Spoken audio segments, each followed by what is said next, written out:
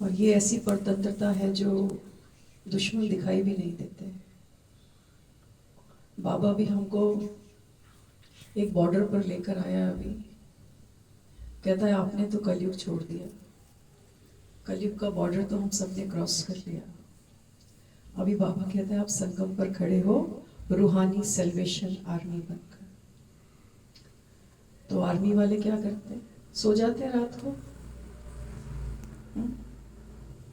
कारगिल की लड़ाई सुनी होगी सबने, क्या क्या टेम्परेचर था, है ना।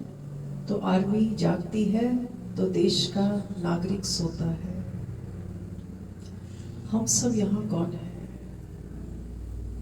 हम सब यहाँ बाबा के, बाबा मुरली में कई बार कहता है कुछ प्यादे हैं, कुछ घुड़सवार हैं, कुछ महारथी हैं। बारूद बाबा कहता है चेक करो छाती में बारूद कितना है तुम्हारे, बाप के साथ प्यार प्रीत कितनी है। क्योंकि आर्मी पे जो तैनात होते हैं ना, तो बिना हथियार के नहीं, हर समय बाबा कहता है आपको आपका लक्ष्य नहीं भूले कि हम बॉर्डर पे खड़े हैं।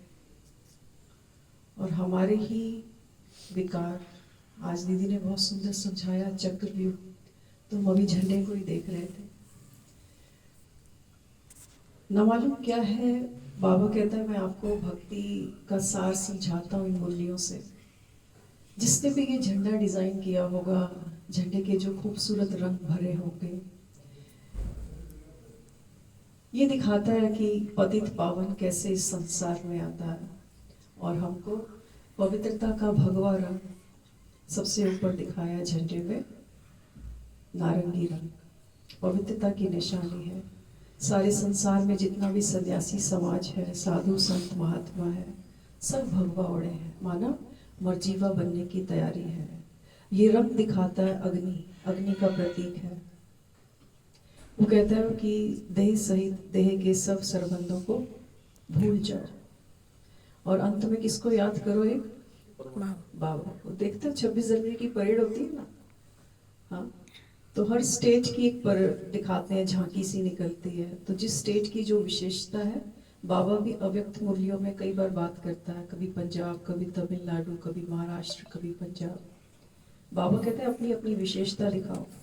और परेड के अंदर जो सबसे अच्छी एक बात लगती है वो क्या, कि परेड में न केवल वो सैनिक बल्कि घोड़े भी दिखाते हैं ना, वो भी ताल से ताल मिला के चलते हैं। देखा आपने कभी?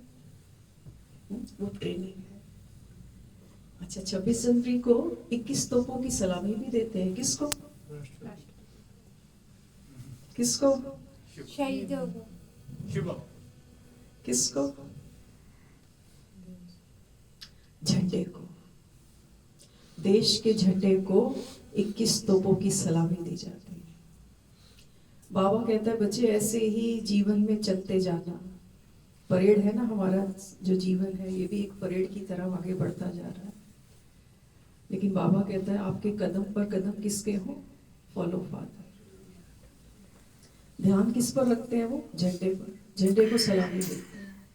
बाबा कहते हैं बच्चे अगर आपने अंत समय एक बाप को याद किया ना, तो बाप तुम बच्चों को 21 तोपों की सलामी दे देगा। आपके 21 जन्म सौगात होंगे भगवान के दिए हुए। जहाँ बाबा कहता है कहीं कोई दुख, दुख की बाबा कहता है आपको अविद्या होगी, आप जानते ही नहीं कि दुख क्या होता है, आंख में आंसू क्या होते हैं। तो वो सब पाने के लिए हमको परेड में पार्टिसिपेट तो करना पड़ेगा। ये जो हम सब यहाँ मुरलियाँ सुनते हैं ना, रिहर्सल चल रही है हमारी, क्योंकि 26 जनवरी से पहले रिहर्सल चलती है और 26 जनवरी को फाइनल हो जाता है। तो हमारी 26 जनवरी उस दिन होगी जिस दिन हम अपने जीवन की आखिरी बॉल खेलेंगे। उस समय अगर हमने झंडे को सलामी दी, बाबा की याद रही। झंडा क्या करता है, लहरा रहा, सर्दी गर्मी धूप बरसात। बाबा कहते हैं बच्चे अंत में चाहे कैसी भी परिस्थिति हो, तन का पेपर हो, मन का पेपर हो, धन से कोई भी पेपर हो, बाबा कहते हैं आप सलामी किसको देना, एक बाप को। क्योंकि बाप ने हमको इन 3 रंगों से नवाजा है। पवित्रता भरी है उसने हमारे अंदर। फिर आकर हमको शांति का पाठ पढ़ाया और कहता है सुदर्शन चक्र फिर आते जाए ना। आज की मुरली में भी बहुत सुंदर अभी बताया कि अंत समय एक बाप की याद हो, सुदर्शन चक्र हो कि बाबा हमको कहाँ से कहाँ लेके जा रहा है। बाबा कहता है 3 चीजें कभी नहीं भूलना, एक बाप को, दूसरा वर्षे को और स्वर्ग को। बाबा कहता है बच्चे स्वर्ग को याद नहीं करते ज्यादा। तो ये जो तीसरा रंग दिखाया है हरियाली हरा भरा, ये हमारा सत्युग है। हमारी यात्रा इस झंडे जैसी ही है। तो इन तीनों रंगों का हमारे जीवन पर जो प्रभाव है वो दुनिया देखे। तीनों जो रंग है वो इक्वल दिखाए हुए हैं। ऐसा नहीं कि कोई पट्टी चौड़ी ज्यादा है तो कोई पतली है। बाबा कहता है बच्चे बैलेंस में चलना। तो झंडे की तरह हमको लहराना है, शरीर छूटे छूटे खुशी ना छूटे।